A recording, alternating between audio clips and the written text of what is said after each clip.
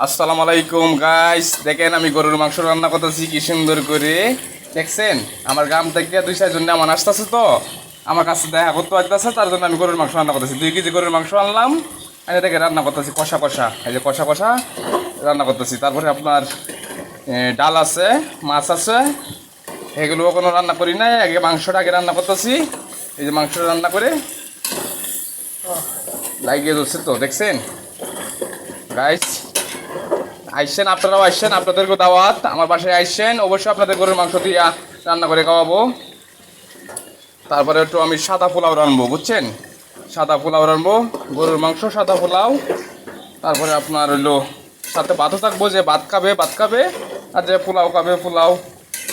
আপনারাও আসছেন, আপনাদেরকে খাওয়াবো ইনশাল্লাহ। আমি গরুর মাংস অনেক সুন্দর করে রান্না করতে পারি, দেখছেন। খালি মহিলা মানুষে রান্না করতে পারে না, পুরুষ মানুষে সব কিছু পারে।